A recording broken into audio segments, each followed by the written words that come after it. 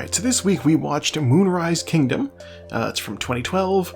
Made it onto my list because it's from Criterion's selection of films with, quote, great soundtracks.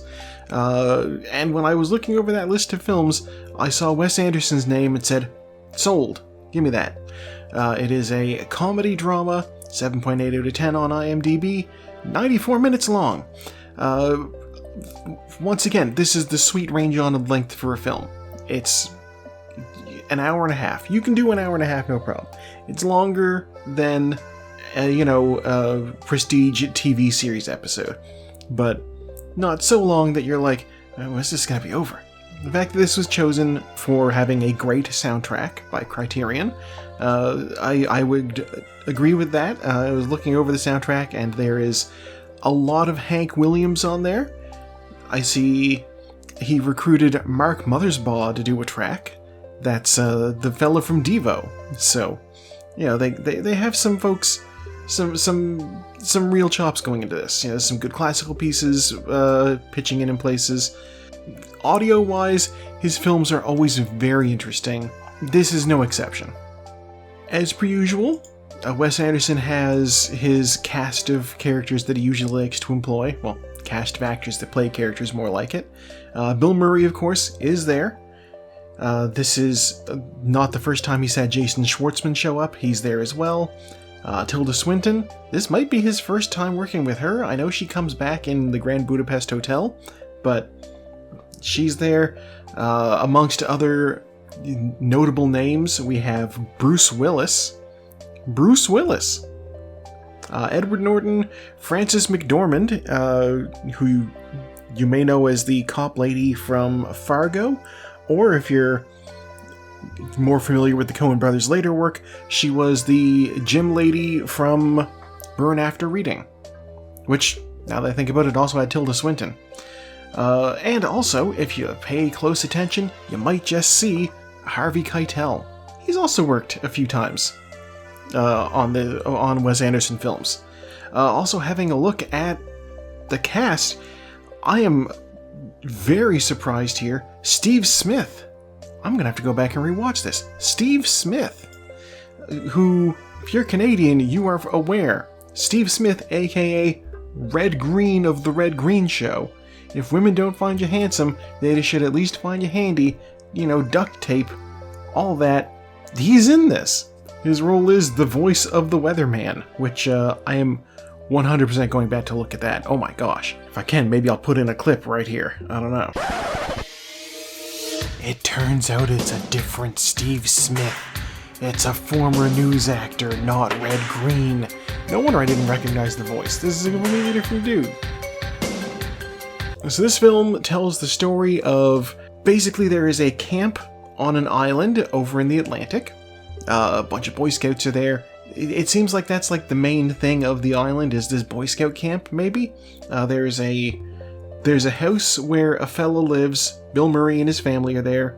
It's Bill Murray, Tilda Swinton, and their, I guess, 4 children. Bruce Willis plays the cop for the island. They really only need one because it's just him, this one family, and a bunch of children, it seems like. There's a church. The church is kind of plot relevant. There's a play that they're putting on at one point. They're doing like the story of Noah's Ark. And God, kudos. Like they really... Wes Anderson loves practical set design. Wes Anderson loves actually having a physical space. I don't think I've seen green screen in a Wes Anderson film other than to make things interact with like stop motion claymation, And he does love claymation as well. He's got a couple of full-on claymation films. But yeah, the play that the church is putting on, they have just a bunch of really charming costumes for the kids to wear, like animal costumes. And they have just a great set. And I'm just over here thinking, this is a set that they constructed for a 5-minute sequence for this film. And a lot of movies wouldn't go to that trouble these days. This is just something Wes Anderson will do. clearly he had some sort of, vision of this set, and he's like, I'm gonna do it. But yeah, so it's on this island. There's a troop scout. Edward Norton plays the scoutmaster who's in charge of scout troop. I think they're number 55. And one of his scouts goes missing. Ooh, trouble. They went to the trouble of making each of the other scouts in the troop visually distinct. There's one of them with an eye patch. There's one of them who wears like a scarf. There's one of them who wears, a hat in a certain way. There's stuff like that. So he gets all of the other scouts to help go find their missing man, and off they go. And the other scouts apparently don't much care for this kid, so they all go out packing weapons, and we're like, Jesus Christ, you do not need a bow and arrow to rescue a kid. Oh my god. And they go out with their dog to track him down, and hijinks ensue. It turns out, running away from home with the daughter of the family, Bill Murray's family, and no end of trouble happens, and while they are on the run, a big storm rolls in. So you can imagine the stakes ratchet up quite quickly. As with any Wes Anderson film, the story is not... The play-by-play, the events, is not necessarily everything you're there for. You get very good performances from the actors. There's the set design, obviously. He always has immaculate sets and excellent camera work. You see some shots in these things in a Wes Anderson film that is undeniably, oh, this is a Wes Anderson thing. You just locked down camera, symmetrical set. You know what it looks like. If you've seen one of these films, you know what he does, And I don't know, you don't have a whole lot of directors that have that sort of notable cinematography. The only other one that really comes to mind, there's a couple. I think I heard M. Night Shyamalan loves to shoot scenes in mirrors, so you'll see things happening in the room in a mirror. And I can't name any specific examples of that. I haven't watched a whole lot of his films. I enjoyed Unbreakable, but But the other one I can think of is Sam Raimi. And this is if we go way back, when I first started doing film reviews a couple of years back, and then I took a little bit of time off, one of the movies I watched was The Quick and the Dead, which I had watched back in the day, before I'd seen any of the Evil Dead movies, and I was like, okay, this is fun. I enjoy this. It's a fun, action westerny thing. Don't take it too seriously. Good characters, good action. And then years later, when I went to rewatch it, having seen his other films, I'm seeing the signs that this is it's got his fingerprints on it. The way they do zoom in Dutch angles. I'm like, oh, okay. And so I just suddenly had to question myself, wait a minute, is this a Sam Raimi film? Because of just seeing the camera work. And I look it up, and sure enough it is. And you can do the same thing with any of Wes Anderson's films. You see a scene and you're like, oh, this looks like Wes Anderson. He's fairly unique. And he's always able to get, just a really decent cast in his films. It seems like he's perhaps somebody that actors just like to work with. And so they will forego a bit of a payday just in order to make a movie with him. In the later years of his career, I know Bruce Willis was basically filming anything for anybody. And so it's fun to see, he was willing to do something that wouldn't have paid well. Because he believed in the vision of the film. I'm not going to call Bruce Willis a sellout because he has his reasons. Obviously, he knew his acting days were numbered and he wanted to put some money aside for his family. Much respect to him for that. But, I know that Wes Anderson's films don't pay a huge amount of money. And Bill Murray has basically gone on the record saying, oh yeah, you don't make money on a Wes Anderson film. But he's an absolute gem to work with. He's, fantastic. And you do get this result.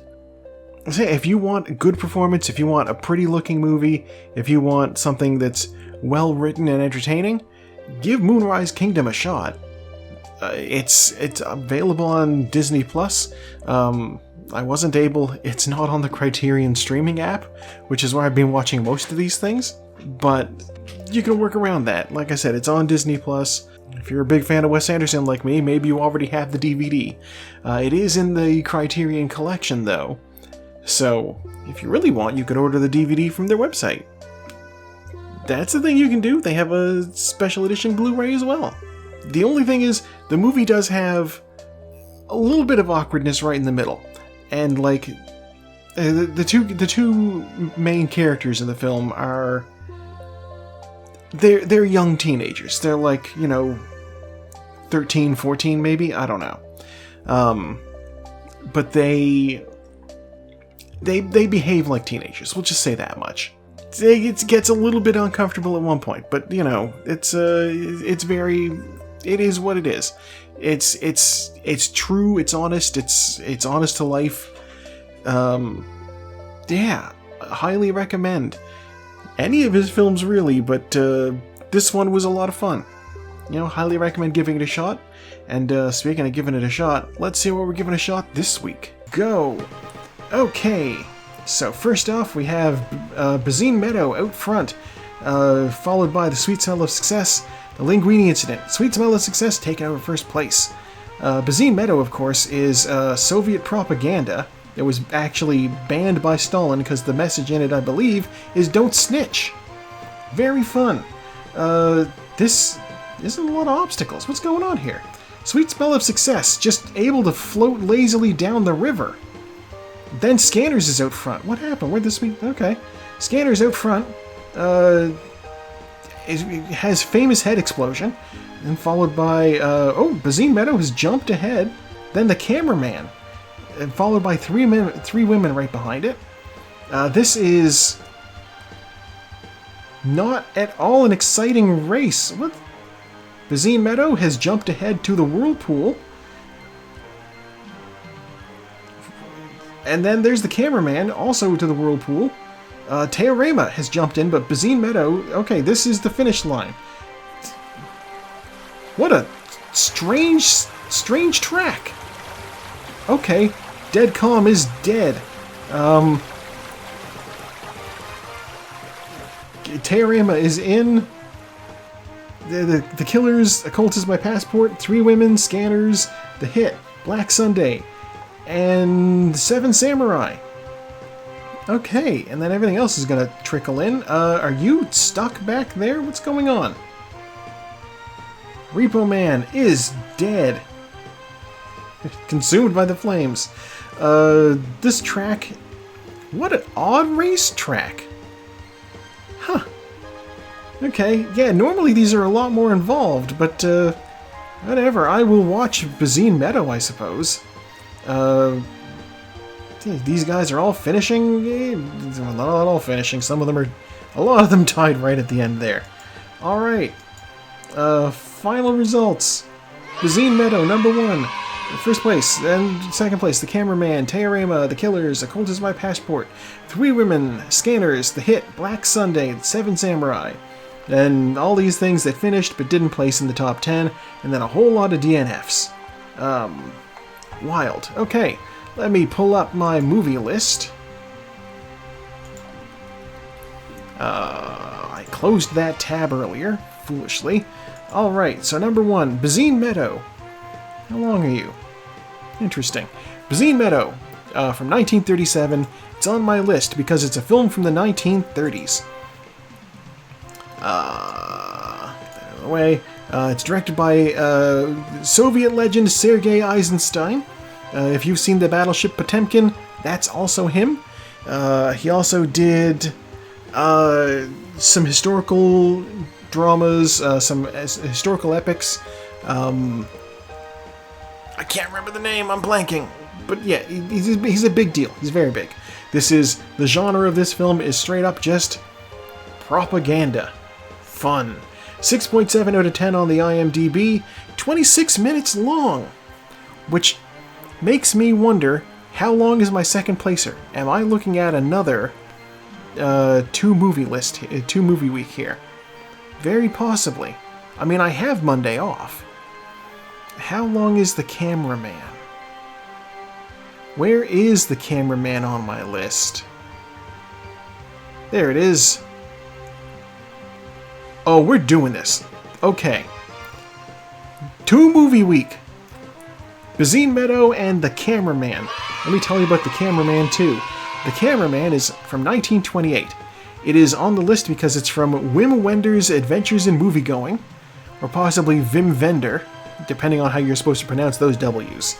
Directed by Edward Sedgwick, who I've never heard of.